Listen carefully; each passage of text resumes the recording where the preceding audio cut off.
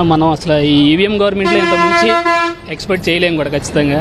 నేనైతే EVM government అని అనుకుంటున్నాను, ఎందుకంటే ప్రజాపాలన అయితే నేను అనుకోవట్లేదు. ఎందుకంటే మనం ముందు కూడా ఎలక్షన్ ముందు కూడా మనం గమనించినట్టయితే ఇక్కడ లోకేష్ గారు కూడా స్టేట్లోనే థర్డ్ మెజారిటీ నేను తెచ్చుకుంటాను అన్నాడు. 5,300 మెజారిటీతో ఓడిపోయిన ఆయన టాప్ 3లో నేను ఉంటానని చెప్పి ఆయన చెప్పడం ఒకటి.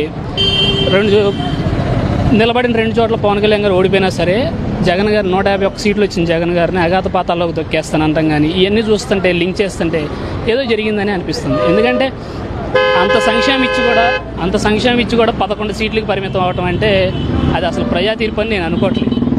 ఇక తర్వాత గవర్నమెంట్ వచ్చిన తర్వాత కూడా మనం చూస్తూనే ఉన్నాం. ఇప్పుడు ఫ్రీ ఇసుక అన్నారు, టన్నుకు 1300 అంటున్నారు. ఫ్రీ అంటాకి చాలా ఉంటుంది. ఫ్రీ అంటాకి నామమాత్రం ఫీజు అనాలి దీన్ని అయితే లెక్క ప్రకారం. ఫ్రీ అంటే ఏంటి?